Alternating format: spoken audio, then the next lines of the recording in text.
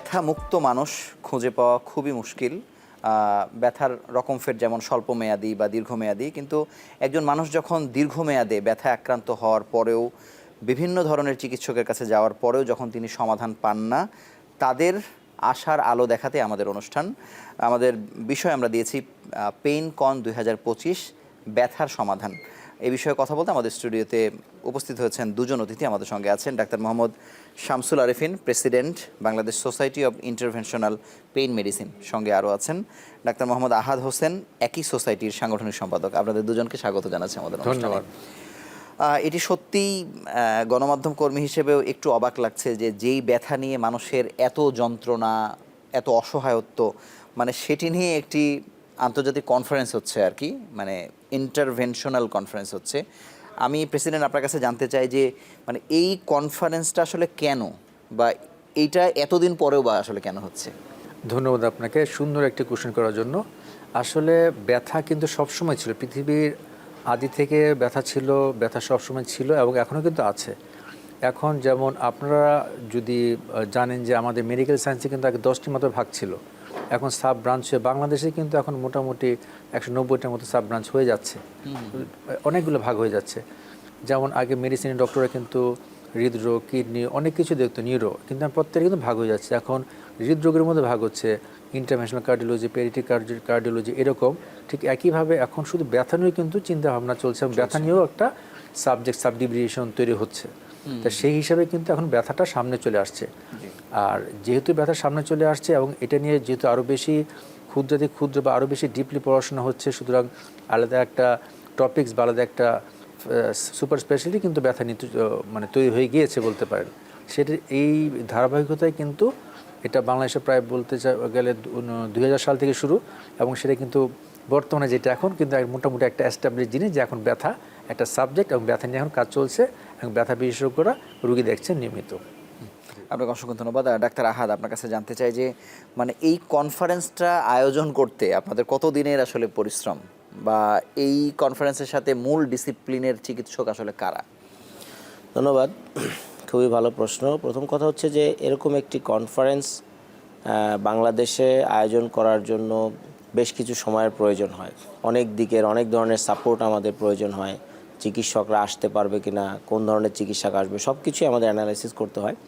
তবে এই সম্মেলনটা আমরা খুব দ্রুততম সময় করেছি। এইটা আমরা বলবো যে সভাপতির যথেষ্ট পরিশ্রম এবং আন্তরিকতা সহ এবং সকলেই যে পরিশ্রম করেছে তার একটা ফলশ্রুতিতে এই কনফারেন্সটা হয়েছে।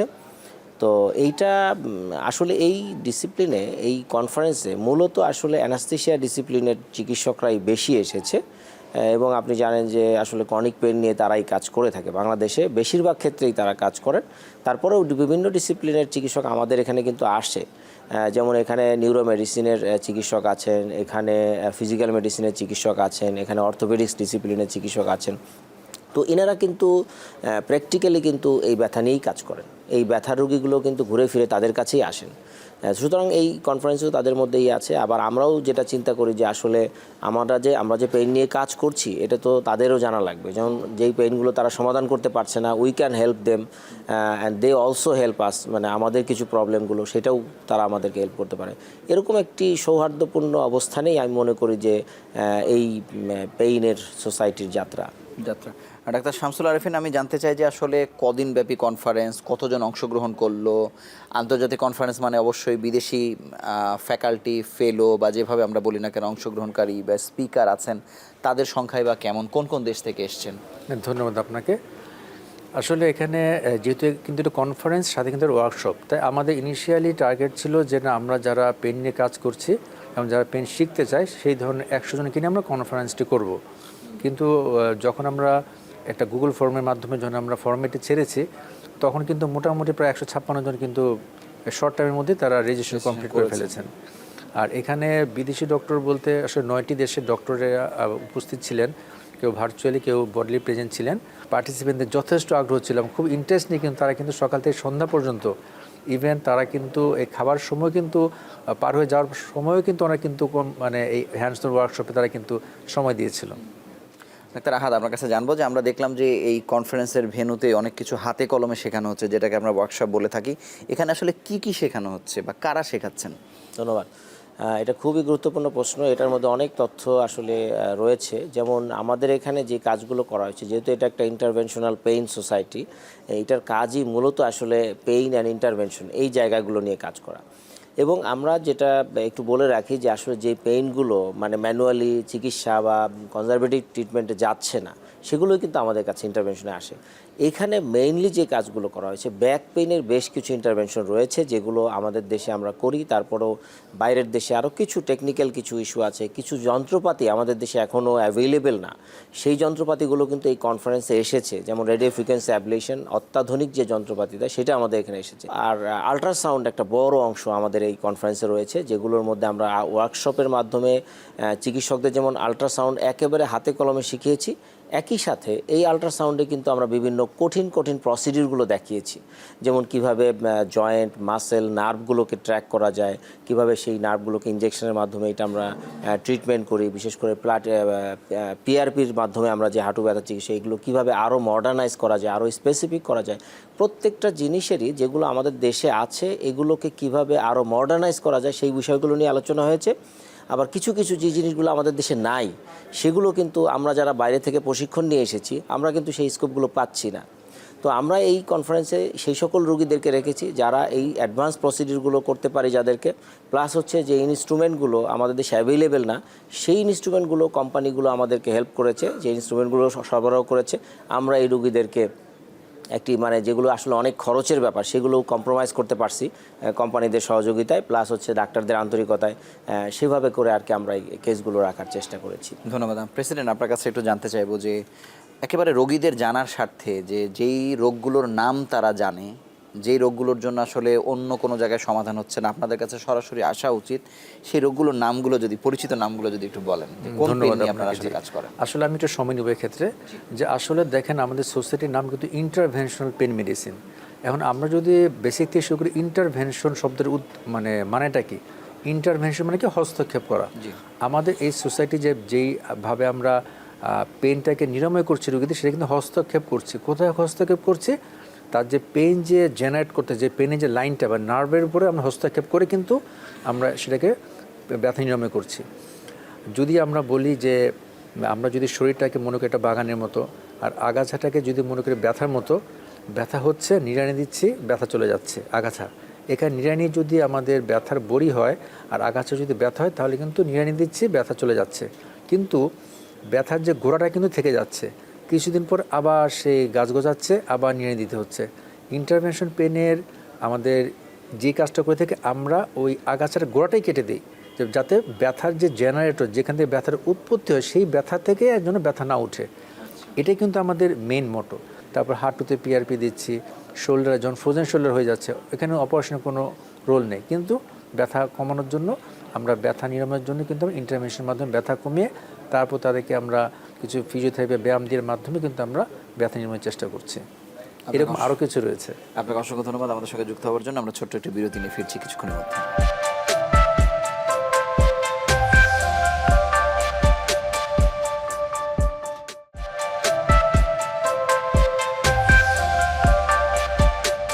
ডাক্তার আহাদ, আপনার কাছে জানবো যে ব্যথা যাদের আসলে হয়, এবং আমরা যেমন জেনে থাকি যে অ্যানেস্থেসিওলজিস্ট যারা আছেন তারা আলাদা করে চেম্বার করেন না, এরকম একটা জনশ্রুতি আছে, আপনারা যেহেতু আইসিইউতে কাজ করেন বা অন্যান্য কাজ করেন।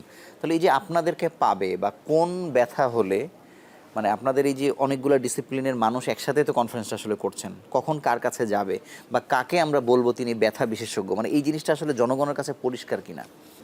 খুব ভালো প্রশ্ন। প্রথমত বলবো আসলে অ্যানাস্থেসিওলজিস্টরা আসলে আগে রুগী দেখতেন না, এখনও দেখেন না। বাট অ্যানাস্থেসিওলজিস্ট থেকে শুরুতে যে আলোচনাগুলো হচ্ছিল, একটা সাব স্পেশালিটি তৈরি হয়েছে, এটা কিন্তু পেইন মেডিসিন। যেমন আমরা কিন্তু এখন অ্যানাস্থেসিয়া করি না। This is the fact. মানে এই জায়গাটাই আসলে পার্থক্য। পেইন নিয়ে আসলে যারা অ্যানালাইসিস করেন বা পেইন নিয়ে কাজ করছেন, তাদের মানে ওই অ্যানাস্থেসিয়া দেওয়ার সময়টা আসলে পাওয়া কঠিন। আর আসলে আমরা যেহেতু রুগী দেখি, যে কারণে রুগী দেখার টাইমটার ভেতরে অ্যানাস্থেশিয়ার সব কাজগুলো হয়ে যায়। সুতরাং আমাদের পক্ষে এটা সম্ভব না। সুতরাং ডেডিকেটেডলি এখন যারা পেইন নিয়ে কাজ করে তাদের পক্ষে বলা যায় যে আসলে অ্যানাস্থেশিয়া দেওয়া সম্ভব না। আর যেই সকল পেইন নিয়ে আমরা কাজ করি সেইটা বলতে গেলে যে সব ধরনের পেইনই কিন্তু আমাদের অ্যাটাচমেন্টে আছে। যেমন মনে করেন ব্যাক পেইন নিয়ে আমরা রুগীরা প্রথমেই অনেকের কাছে যাই, হয়তো অর্থোপেডিক্সের কাছে গেলাম অথবা নিউরো মেডিসিনে গেলাম, নিউরো সার্জারিতে গেলাম, ইমপ্রুভ না। যখনই আমাদের কাছে আসলো আমরা কিন্তু তাকে একটা অ্যান্সার দিই, মানে পেইনের যেই জায়গাটা আমি বলবো যে আসলে একটা অ্যান্সার আমাদের কাছ থেকে থাকবেই, এইটুকু আমরা বলতে পারবো। এই বেসিক পার্থক্যটা হচ্ছে আমরা কিন্তু তাকে একটা অ্যান্সার দিবই যে না ইনশাল্লাহ তার ব্যথাটা কমবে। দেন কোনো সময় অপারেশন ইন্ডিকেশন থাকে, সেইটা ভেরি ডিফারেন্ট, মানে সেইটা আসলে পুরোপুরি আলাদা। আমরা যে সময় বলবো যে এই রুগীটার অপারেশন লাগবে তখন কিন্তু এটার আর মানে সুযোগ নাই, এটার অন্য কোনো পদ্ধতিতে। যেমন ব্যাক পেইনে যদি আমি আপনাকে একটা জায়গা বলি যে ব্যাক পেইনে যখনই আমরা পিএলআইডি এই শব্দটা আমরা অনেকেই এই রুগীগুলো দেখেন, যেমন অর্থোপেডিক্স দেখেন, নিউরো সার্জারি দেখেন, বাট আমরা যেটা করি অপারেশনটাকে এড়িয়ে চলার জন্য যে ব্যবস্থা, বিশেষ করে ওজন নিউক্লিওলাইসিস, তারপরে ওজন নিউক্লিওপ্লাস্টি, তারপরে ভার্টিব্রোপ্লাস্টি, তারপর আছেন সিলেক্টিভ নার্ভ রুট ব্লক, তারপরে হচ্ছে আপনার এই জাতীয় যে রেডিও ফ্রিকোয়েন্সি অ্যাবলেশন, যেগুলো একেবারেই ডিফিকাল্ট কেস, মানে আসলেই ব্যথা যাচ্ছে না এবং অপারেশনেরও যোগ্য না, সেসব কেসে কিন্তু রিসেন্টলি আমরা রেডিও ফ্রিকোয়েন্সি অ্যাবলেশন করি এবং এই কম্পারেন্সে বেশ কিছু কেস আমরা করেছি যে রেডিও ফ্রিকোয়েন্সি অ্যাবলেশন। তো এইটা এখন ওয়ার্ল্ড ওয়াইড চিকিৎসা। তো এই ধারায় আমরা মূলত আসলে নিয়ে আসতে চাচ্ছি। আপনার কাছে আসবো আমি, প্রেসিডেন্ট আপনার কাছে একটু জানতে চাই যে ব্যথার ওষুধ নিয়ে যে একটা ভয়াবহতা বাংলাদেশে আছে, যে ব্যথার ওষুধ খেয়ে নিজেকে ক্ষতিগ্রস্ত করছে, কিন্তু আপনারা যখন ইন্টারভেনশন পর্যন্ত যাচ্ছেন তখন আসলে ওষুধের রোল কমে যাচ্ছে কিনা, বা এখানেও কি আপনারা আসলে পেইন কিলার দিয়ে আসলে মানুষকে সুস্থ জীবনে আনছেন কিনা? আমরা কিন্তু বলছি আমাদের কিন্তু ইন্টারভেনশন পার্থক্য কিন্তু একটা, যে পেন মেডিসিন তো যে কেউ, ইভেন আমরা যদি যেমন ধরেন এই আমরা অডিয়েন্সদের যদি বলি যে আমাদের ব্যথা, দেখবেন যে 90% বলবো যে হয় প্যারাসিটামল খান কিংবা নাপা খান। পার্থক্য কি আমাদের সাথে আমরা ইন্টারভেনশনটা করি। যেমন এই ইন্টারভেনশন যেটা সমীক্ষা আছে WIP world institute of pain, সেখানে কিন্তু আছে যে আমরা অ্যানাস্থেসিওলজিস্টরা 54% কিন্তু ইন্টারভেনশন করে থাকি, আর বাকি বিভিন্ন ডিসিপ্লিন মিলে বাকি 46% করে থাকে। এই ডাটাটা কিন্তু আমাদের কাছে আছে, বা আপনার ওয়েবসাইটে গেলেও দেখতে পাবেন। এটা কিন্তু ইন্টারভেনশন পেন কিন্তু অ্যানাস্থেসিওলজিস্টরা কিন্তু 54% করে থাকেন। আচ্ছা, ঠিক আছে। এটা আমি আরেকটু জানতে চাই যে এই পর্যায় পর্যন্ত তো আমরা এখনো আসিনি, যেমন আমরা অ্যানেস্থেসিওলজিতে বা অন্যান্য ডিসিপ্লিনে এমডি করছি, FCPS করছি, মানে পেনের ওপর পড়াশোনা পৃথিবীব্যাপী কেমন, বা আমাদের এখানে কি অবস্থা? এটাও অ্যান্সার দিচ্ছি যে আমাদের কিন্তু যে বর্তমানে যে BMU বাংলাদেশ মেডিকেল ইউনিভার্সিটির সাবেক PG হসপিটালে, ওখানে কিন্তু ডিপার্টমেন্টের নাম হচ্ছে ডিপার্টমেন্ট অফ অ্যানাস্থেসিয়া অ্যানালজেসিয়া, মানে pain and intensive care medicine. আমাদের ডিপার্টমেন্টের নামে কিন্তু এখন কিন্তু মানে অ্যানাস্থেসিয়া বলেন, পেইন মেডিসিন আর ICU মিলে কিন্তু আমাদের ডিপার্টমেন্টের নাম, এবং এটা কিন্তু সিন্ডিকেট দ্বারা কিন্তু পাশ করা BMU। এবং ঢাকা মেডিকেল কলেজে কিন্তু পেইন মেডিসিন ডিপার্টমেন্ট আছে। আর আপনি যেটা বলছেন পড়াশোনার ব্যাপারটা, আমাদের বর্তমানে BMU কর্তৃপক্ষ অ্যানাস্থেসিয়া ডিপার্টমেন্টের অধীনেই পেইন মেডিসিন ফেলোশিপ চালু করেছে 1 বছর মেয়াদি। এটা কিন্তু আমাদের অথরাইজড BMDC দ্বারা স্বীকৃত এবং ভার্সিটি কর্তৃক অ্যাফিলিয়েটেড। সুতরাং ওখানে কিন্তু ক্রাইটেরিয়া দেওয়া আছে যে কারা কারা পেইন মেডিসিনের উপরে পড়াশোনা করতে পারবেন।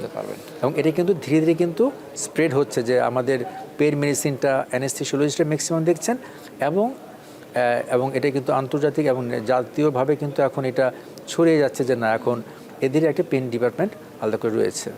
ধন্যবাদ। ডাক্তার আহাদ, আপনার কাছে জানবো যে নিশ্চয়ই যখন একটি আন্তর্জাতিক কনফারেন্স হয় কোনো বিষয়ে, কোনো ডিসিপ্লিন তো আসলে বছরের পর বছর, যুগের পর যুগ করছে, যারা আরও পুরনো, এই কনফারেন্সটা করার মাধ্যমে আসলে আগ্রহী মানুষের সংখ্যা বা চিকিৎসকের সংখ্যা আরও কত বেশি বাড়বে, মানে এই জায়গাতে আপনারা একটা ভালো হিট করতে পারলেন কিনা? তো এইটা প্রথম কথা হচ্ছে যে আন্তর্জাতিক কনফারেন্সের একটা মেইন উদ্দেশ্যই থাকে যে আসলে সাবজেক্টকে একটু স্প্রেড করা। যেমন আমাদের এই ইন্টারভেনশনাল পেইন মেডিসিনটাকে যাতে আমরা একটু স্প্রেড করতে পারি একটা ন্যাশনাল এবং ইন্টারন্যাশনাল পর্যায়ে, যে না বাংলাদেশে যেমন ইন্টারন্যাশনাল কিন্তু দুটো সোসাইটি আছে পেইনের, যেমন international association of study of pain এটা একটা, আর আরও পুরাতন একটা সংগঠন যেটা হচ্ছে ওয়ার্ল্ড ইনস্টিটিউট অফ পেইন। তো এরাও কিন্তু এই জিনিসগুলো অবজার্ভ করে, এদের মেম্বারশিপ পাওয়ার একটা বড় ইস্যু থাকে। আর এটাই হচ্ছে যখনই আমি একটা আন্তর্জাতিক কনফারেন্স করব তখন চিকিৎসকদের আগ্রহটা বাড়ে। আর এই বাড়ার কারণ হচ্ছে এখানে কিছু নতুন জিনিস থাকে, যেমন এখানে দেখেন, আপনি নিশ্চয়ই অবজার্ভ করেছেন যেখানে অনেকগুলো অত্যাধুনিক আল্ট্রাসাউন্ড মেশিন, ডিফারেন্ট স্টাইলের এবং ডিফারেন্ট সিকোয়েন্সের অত্যাধুনিক আল্ট্রাসাউন্ড মেশিন কিন্তু এখানে ছিল, এবং চিকিৎসকরা সেগুলো দেখতে পাচ্ছে। দেখার পরে তাদের মধ্যে আগ্রহ তৈরি হচ্ছে, প্রয়োজন হলে সে অত রিকোয়ারমেন্ট দিতে পারবে আর কি, এক্স্যাক্টলি, তার হসপিটালকে। তার আগ্রহ তৈরি হচ্ছে, না আমি তো এই জিনিসটা তাহলে এইভাবে সুন্দর করে শিখতে পারি। এটা একটা। তারপরে সরাসরি হাতে কলমের যে একটা প্রশিক্ষণের যে বিষয় আমরা এখানে নিয়ে আসছি, যেমন আমরা ওটিতে কাজ করছি, এখানে কিন্তু প্রায় 100-150 জন লোক এখানে বসে দেখতে পাচ্ছে, একবার সরাসরি হাতে কলমে যারা বাইরের থেকে প্রশিক্ষণপ্রাপ্ত এরা কিন্তু দেখতে পাচ্ছে। প্রেসিডেন্টের কাছে আসলে জানবো যে পরিমাণ দীর্ঘমেয়াদী ক্রনিক পেইনের রোগী বাংলাদেশে আছে, মানে আপনাদের কাছে পর্যন্ত যারা আসতে পারে তারা তো আসলে সৌভাগ্যবান, তারা কত রুট পার হয়ে আসে, বা চিকিৎসকদের মধ্যে রেফার করার প্রবণতা এখনো বেড়েছে কিনা, বা চিকিৎসকরাই ঠিকমতো জানে কিনা যে আপনারা এই পেইন নিয়ে কাজ করছেন? এই কনফারেন্সটা হচ্ছে নিউরোসায়েন্স হসপিটালে ঢাকার। সেখানে কিন্তু আমার প্রত্যেকটা ফ্যাকাল্টি, টিচার এবং যারা চিকিৎসক বা কনসাল্ট সবাইকে কিন্তু আমি ইনভাইট করেছি, এবং ওনারা কিন্তু এসেছিলেন এবং ওনারা কিন্তু জেনে গেছেন। এর মধ্যে কেউ কেউ জানতেন, কেউ কেউ জেনেছেন। ওনাদের কিন্তু অনেক উৎসাহ উদ্দীপনা তৈরি হয়েছে। আর আপনি যেটা বলেছেন যে আমাদের কাছে আসার ব্যাপারটা, এখন কিন্তু মোটামুটি বাংলাদেশে পুরাতন 8টা মেডিকেল কলেজের মধ্যে প্রায় 7টাতে কিন্তু পেইন ক্লিনিক চালু হয়ে গিয়েছে, এবং এটা কিন্তু আমাদের অ্যানেস্থেসিওলজিস্টদের আন্ডারে পেইন ক্লিনিকটা চালু হয়ে গেছে। এখন ওখান থেকে কিন্তু রুগী দেখা চলছে, এবং আমাদের নিউরোসায়েন্স হসপিটালেও সপ্তাহে আমরা 2 দিন রুগী দেখছি আউটডোর বেসিসে, বুধবার এবং বৃহস্পতিবার। এখানে কিন্তু আমাদের প্রত্যেকটি ডিপার্টমেন্টে কিন্তু জানানো হয়েছে যে আমরা এই 2 দিন বসি, আমরা কিন্তু প্রচুর রুগী পাচ্ছি।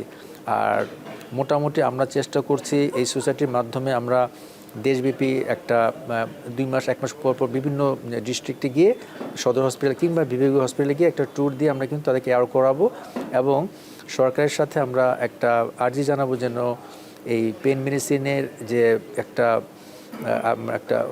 জাস্ট একটা ইয়ার জন্য খোলা হয় আর কি, একটা যেন পদ যেন সৃষ্টি করা হয়, সেটার মাধ্যমে যেন ওরা সরাসরি নিয়োগ পেতে পারেন, মানে ডিগ্রি করার পরে তারা ওই ক্ষেত্রেই নিয়োগ পান, এবং সেই ক্ষেত্রে প্রান্তিক অঞ্চলের যারা উপজেলা হেলথ কমপ্লেক্স লেভেল তারাও যেন মানে সেবা পেতে পারেন।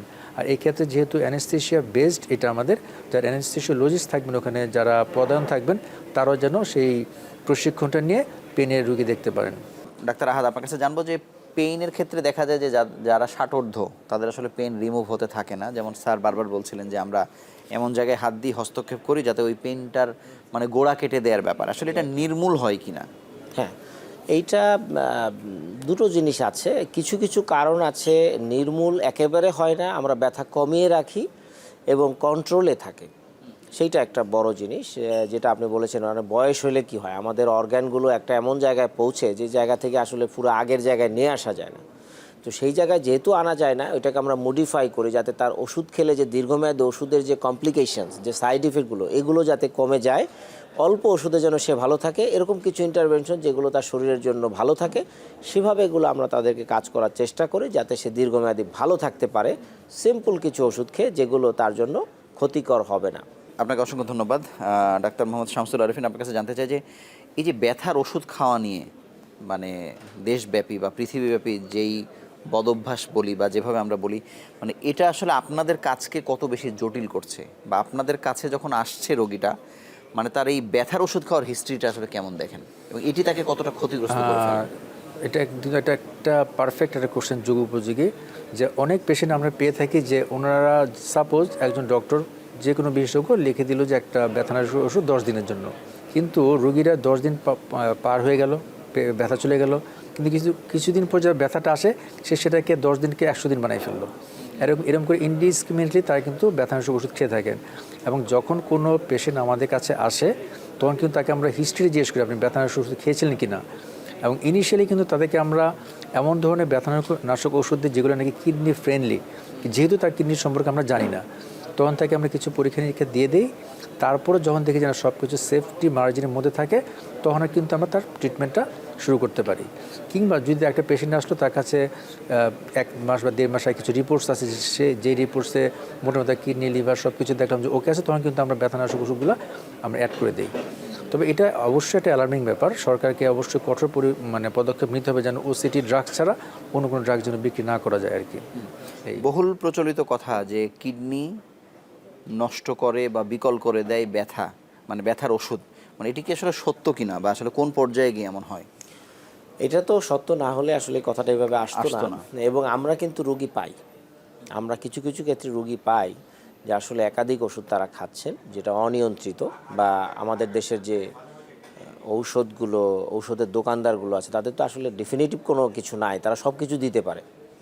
তো যেই কারণে দেখা যায় যে তারা প্রয়োজন বুঝুক আর না বুঝুক, ব্যথা তাকে কমানোর জন্য যে কোনো মূল্যে তাকে এই ওষুধগুলো দেয়। কিছু কিছু ক্ষেত্রে, খুব হরহামেশা না, এটা একেবারেই যে হরহামেশা হচ্ছে এরকম না, কিছু কিছু ক্ষেত্রে এই ধরনের ঘটনা ঘটে, যে কারণে সেগুলো আসলে পরবর্তীতে একটু জটিলতার মধ্যেই পড়ে, সেটা সারাতে একটু রোগীকে মানে কষ্ট ভোগ করতে হয়। আমি প্রেসিডেন্টের কাছে লাস্ট প্রশ্নটি করতে চাই যে আসলে এই কনফারেন্স যেহেতু সফলভাবে সম্পন্ন হলো, ভবিষ্যতে আপনারা কি পর্যায়ে, কোথায়, কিভাবে মানে এটিকে আরও স্প্রেড করতে চাচ্ছেন?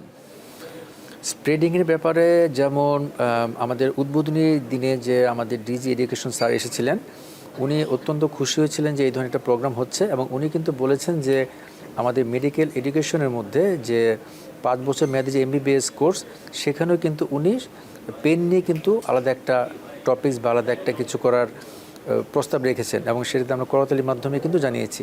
তার মানে এর আগে কিন্তু অ্যানেস্থেশিয়ার ব্যাপারটাও কিন্তু স্যাররাই বলেছিলেন, যেহেতু অ্যানেস্থেশিয়াও একটা টপিক থাকছে, পেনও আলাদা করে থাকতেছে, আমাদের যারা এমবিবিএস শিক্ষার্থী যারা ডাক্তার হবেন তারাও কিন্তু জেনে যাবেন যে না আসলে পেন একটা ব্যাপার আছে, পেন নিয়ে আলাদা কিছু করা যায়। আর এই যে ইন্টারন্যাশনাল কনফারেন্সটা করেছে, এটা কিন্তু মোটামুটি অনেকেই জেনে যাচ্ছে এবং জেনে গিয়েছে, এবং আশা করি আমরা এর মাধ্যমে আমরা আমাদের বর্তমানে যে আমাদের স্বাস্থ্য যে সেবা যে আমাদের উপদেষ্টা মহোদয় রয়েছেন ম্যাডাম, তার কাছে সাথে আমরা দেখা করব, এবং দেখা করে আমাদের সোসাইটির পক্ষ থেকে ওনাদেরকে যে আবেদনটা জানাবো যে আমাদের যেন এই পরবর্তী পদায়নের জন্য পেইন মেডিসিন নামে একটা পদে সৃষ্টি করা হয়, যেখানে পেইন মেডিসিন বিষয়ের জন্য বিশেষজ্ঞরা পদায়িত হতে পারেন। ধন্যবাদ। আসলে ওই ব্র্যান্ডিংটা দরকার, রোগী যেন তার ব্যথাতে, দীর্ঘমেয়াদী ব্যথাতে যেন একজন ব্যথা বিশেষজ্ঞের কাছে সরাসরি যেতে পারে। আপনাদের দুজনকে ধন্যবাদ। আমরা ছোট্ট একটি বিরতি নিয়ে আবারও ফিরছি আলোচনা।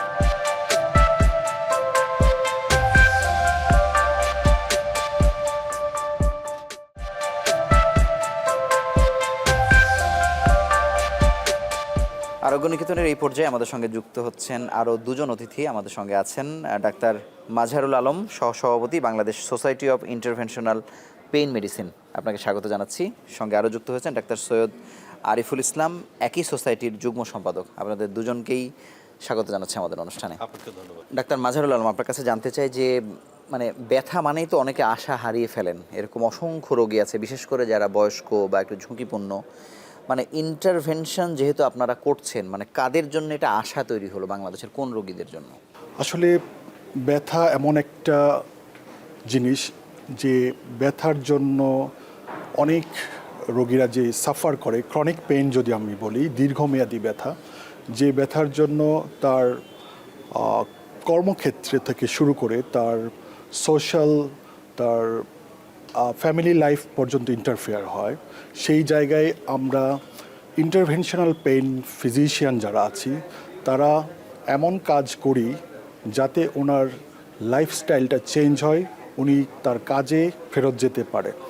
আমি যদি একটা উদাহরণ দিই, যখন ওনার বিভিন্ন ধরনের কোমরবিডিটি থাকে, ডায়াবেটিস, হাইপারটেনশন, কার্ডিয়াক সমস্যা, রেনাল সমস্যা, তো এই জায়গায় দেখা যায় যে পেশেন্টটা ফিট থাকে না সার্জারির জন্য।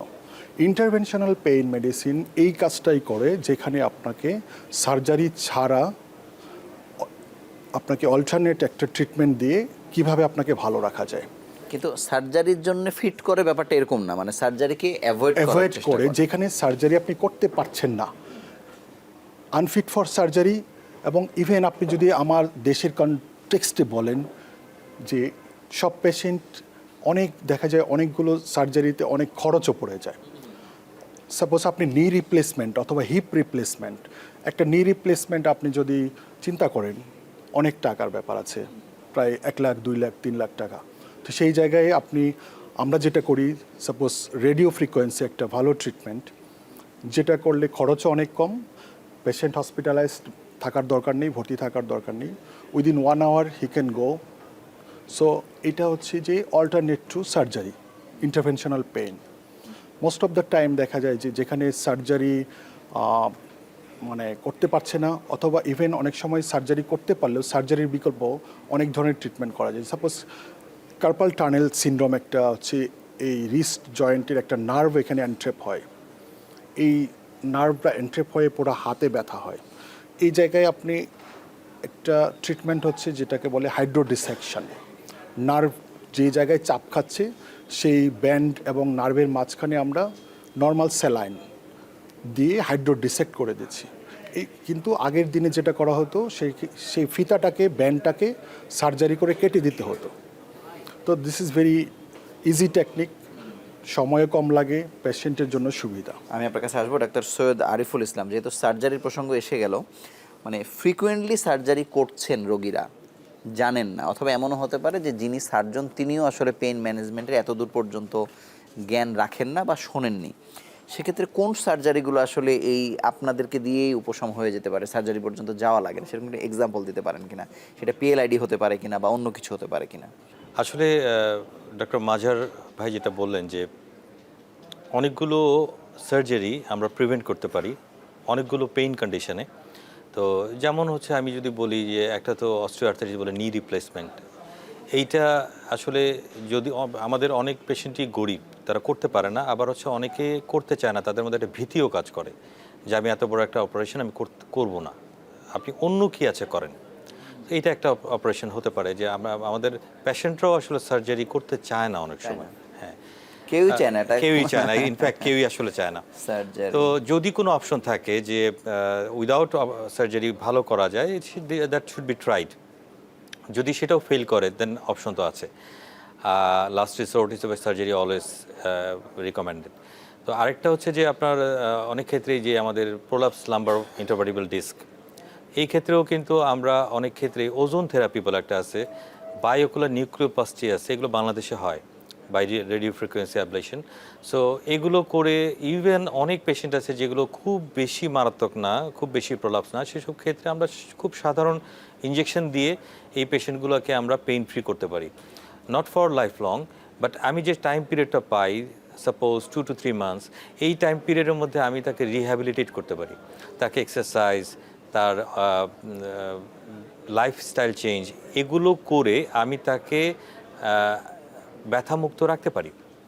তো এতে আমরা দেখেছি যে 80 থেকে 90% রোগী ভালো থাকে, তাকে সার্জারিতে যেতে হয় না। আমি ডাক্তার মাজহারুল আলম আপনার কাছে জানবো যে পেইনের একটা খুব মানে কনফিউজিং একটা এরিয়া, মানে অনেক সময় বলে না যে মাইগ্রেনের যে পেইন আর কি, মানে এক এক সময় এক এক ডাক্তারের কাছে যাওয়ার সাজেশন দেওয়া হয়, ভালো হচ্ছে না, কারো কারো তো ভালোই হচ্ছে না, মানে এই জায়গাতে আপনাদের কোনো ইন্টারভেনশন আছে কিনা? নিশ্চয়ই, মাইগ্রেন এটা একটা হেডেক ডিসঅর্ডার। প্রথম কথা হচ্ছে ইন্টারভেনশনাল পেইন মেডিসিন যারা প্র্যাকটিস করি আমরা, তাদের ফার্স্ট অ্যান্ড ফরমোস্ট ওয়ার্ক হচ্ছে ডায়াগনোসিস। এখন দেখা যায় অনেক পেশেন্ট মাথা ব্যথা নিয়ে আসছে যারা হয়তো প্রিভিয়াসলি মাইগ্রেন হিসেবে ডায়াগনোসিস করা, কিন্তু আমাদের কাছে হয়তো অনেক সময় দেখা যায় ডায়াগনোসিস চেঞ্জ হয়ে যাচ্ছে। মাথা ব্যথা মানেই যে মাইগ্রেন ব্যাপারটা তাও না। আর এটা আরেকটা কারণ যে হয়তো ডায়াগনোসিস প্রপারলি না হওয়ার জন্য বছরের পর বছর ঘুরছে, ওই পেশেন্ট কোনোভাবেই রিলিফ হচ্ছে না। তো আপনার কথায় যদি আসি, মাইগ্রেন আসলে মাইগ্রেনের জন্য ইন্টারভেনশনাল অনেক ম্যানেজমেন্ট আছে। এর মধ্যে কিছু আছে নার্ভ ব্লক, যেমন মাইগ্রেনের জন্য আমরা greater occipital, lesser occipital, third occipital nerve block করতে পারি। খুবই সিম্পল প্রসিডিউর, এটা এখন আল্ট্রাসাউন্ড গাইডেড অনেকেই করে, কোনো ধরনের সাইড ইফেক্ট নাই। আপনি যখন ইমেজ গাইডেড একটা প্রসিডিউর করবেন, সো এখানে কমপ্লিকেশন হওয়ার চান্সও অনেক কম। নার্ভ ব্লক ছাড়াও মাইগ্রেনের জন্য আমরা বোটক্স ইনজেকশন দিই। This is very newer things, evidence based. এখন রিসেন্টলি এটা বাইরের দেশে খুব প্র্যাকটিস হচ্ছে। সো এই বোটক্স, নার্ভ ব্লক, এই ধরনের ট্রিটমেন্ট দিয়ে ইনশাল্লাহ পেশেন্ট ভালো থাকে। ধন্যবাদ।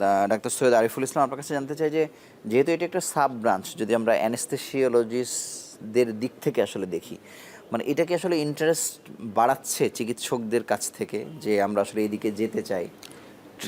অন্য ডিসিপ্লিন তো আছে যারা ওই রুট দিয়ে এখানে আসছে না, তো ব্যথা বিশেষজ্ঞ আমাদের যদি ইন্ট্রা ডিসিপ্লিনের ভেতরেই আমি চিন্তা করি যে অ্যানেস্থেসিওলজিস্ট এখনকার যারা ইয়াং জেনারেশন আছে, ইনক্লুডিং আস, আমরা প্রথম থেকেই কিন্তু এই পেইন মেডিসিনে চলে আসছি। সো এখনকার প্রত্যেকটা অ্যানাস্থেসিওলজিস্ট যারা পাশ করছে নতুন, তাদের মধ্যে একটা গ্রুপ কিন্তু চলে আসতেছে।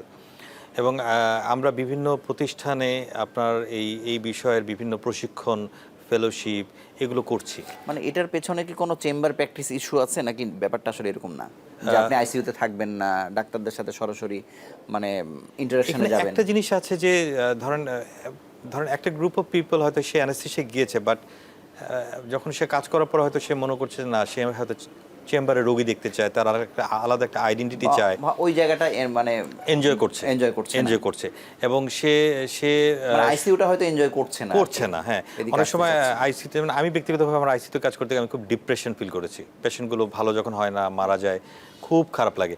সো অনেকের ভালো নাও লাগতে পারে। এটাও হতে পারে। হ্যাঁ, সো অ্যানাস্থেসিওলজিস্টের মধ্যে এখনকার যে জেনারেশন আছে, প্রত্যেকটা থেকে আমি দেখছি যে একটা গ্রুপ অফ পিপল উঠে আসতেছে, যারা আসছে আমাদেরকে বলছে যে আমরা পেইনে কাজ করতে চাই। ধন্যবাদ। ডাক্তার মাজহারুল আলম, মানে আমরা যেমন দেখি যে ইন্টারন্যাশনাল কনফারেন্স যখন বাংলাদেশি চিকিৎসকরা যখন দেশের বাইরেও যাচ্ছেন, আমি দেখছি যে এখানকার যিনি প্রেসিডেন্ট, তিনি ওখানে গিয়ে মনোযোগ সহকারে শুনছেন, জানছেন, মানে একটা নিউ লার্নিং আসলে থাকে। মানে এই কনফারেন্স আপনাদেরকে নতুন কি দিল? আমি যদি আপনাদেরকেও জিজ্ঞেস করি যারা অর্গানাইজার, তাদেরকে কি দিল আসলে নতুন? Lot of things we have learned in today's conference, because এখানে ওয়ার্ল্ড রিনাউন্ড অনেক বড় বড় ফ্যাকাল্টি ছিল। আমরা এন্ডোস্কোপিক ডিস্কেক্টমি, এটা আরেকটা ইন্টারভেনশনাল ট্রিটমেন্ট পিএলআইডির জন্য, যেটা হচ্ছে জাস্ট লাইক ল্যাপারোস্কোপি করে যেরকম পিত্তথলির পাথর অপারেশন করার মতো, ফুটো করে ডিস্কটাকে সার্জারি না করে ফুটো করে ডিস্কেক্টমি করা হয়। তো এখানে এন্ডোস্কোপিক ডিস্কেক্টমির ওপরে লেকচার ছিল, ক্লাস ছিল। ইভেন রেডিও ফ্রিকোয়েন্সি, এটা একটা খুবই ভালো একটা ট্রিটমেন্ট। এটাতে এই লেকচারগুলো ছিল খুবই হাই। আমি বলবো যে এখানে যারা প্রেজেন্ট করেছেন তারা অনেক ভালো ভালো সায়েন্টিফিক এভিডেন্স নিয়ে প্রেজেন্ট করেছেন। ইভেন রিজেনারেটিভ মেডিসিন, যেটা হচ্ছে এখন ওয়ার্ল্ডে খুবই সাড়া ফেলেছে, যেখানে ডিজেনারেশন, সেখানে আপনি রিজেনারেটিভ মেডিসিন অ্যাপ্লাই করে আপনি কিভাবে রিজেনারেট করবেন। আপনি একটা ক্ষয়জনিত ব্যথা, সেটা হাঁটু ব্যথা, সেটা হোক শোল্ডারের ব্যথা, সেটা যে কোনো ব্যথাই হোক, ক্ষয়ের জন্য হচ্ছে আপনার বয়স বাড়ার সাথে সাথে দিস ইজ ন্যাচারাল। সো আপনি এই ন্যাচারাল প্রসেসকে কিভাবে আপনি কিভাবে তাকে বন্ধ করে দিতে পারেন বা তাকে কিভাবে এখানে রিপেয়ার করতে পারেন। So this is called regenerative medicine. সেখানে পিআরপি অর্থাৎ প্ল্যাটিলেট রিচ প্লাজমা, যেটা রক্ত থেকে নিয়ে এটা তৈরি করা হয়, আপনার নিজের শরীরের রক্ত, আপনি এখান থেকে গ্রোথ ফ্যাক্টর প্ল্যাটিলেট নিয়ে আবার দিয়ে দিচ্ছেন। সো এখানে সাইড এফেক্ট ইজ জিরো। মানে সেগুলো নিয়েও আলোচনা হয়েছে আর কি ব্যাপকভাবে। আরো কিছু জিনিস আমি বলতে চাই। আমরা একটা ছোট্ট একটা বিরতি নিয়ে ফিরে বাকি আলোচনা করছি। আপনাদেরকে ধন্যবাদ।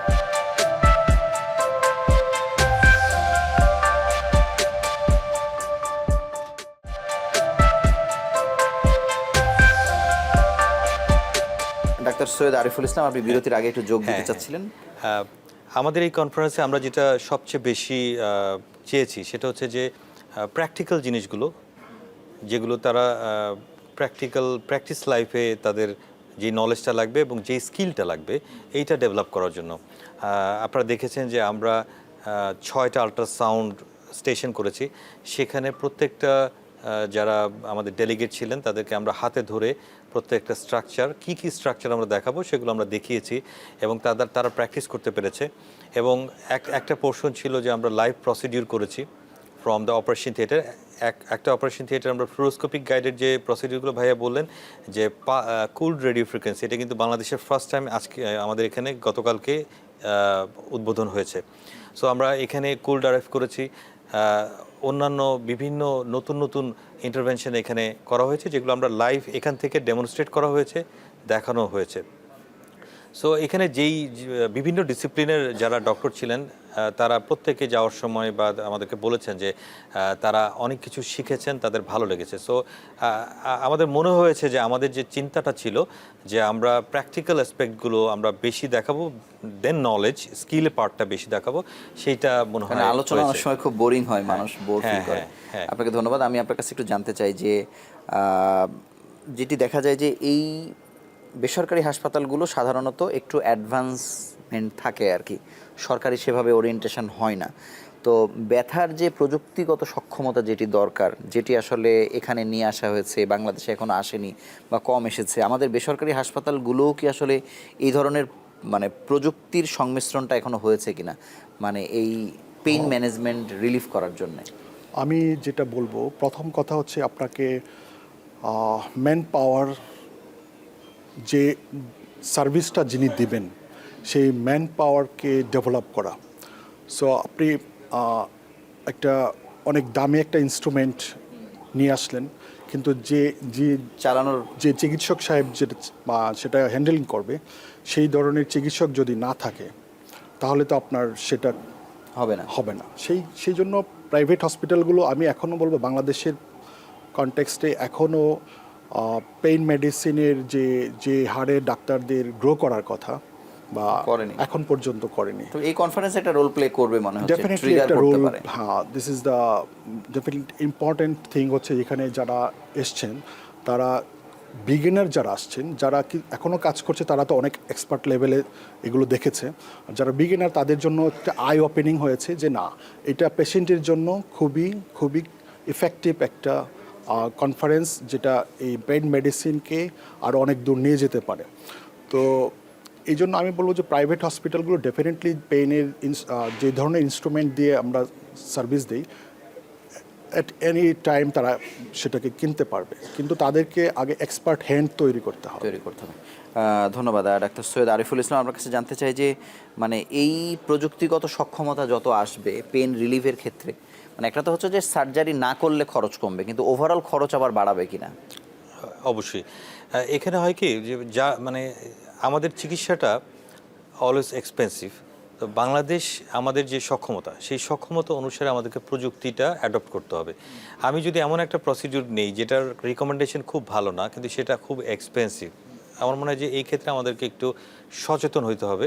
আমাদের এমন কোনো মেশিন আনতে হবে যেই মেশিনটা ওভারঅল রেজাল্ট খুব ভালো কিন্তু অত এক্সপেন্সিভ না, এবং পেশেন্ট সেটা সেই সার্ভিসটা নিতে পারবে। কিন্তু দুর্নীতিবাজরা তো মানে যেটা কম কাজে লাগে বেশি সেটা আসলে নিয়ে আসার চেষ্টা করে।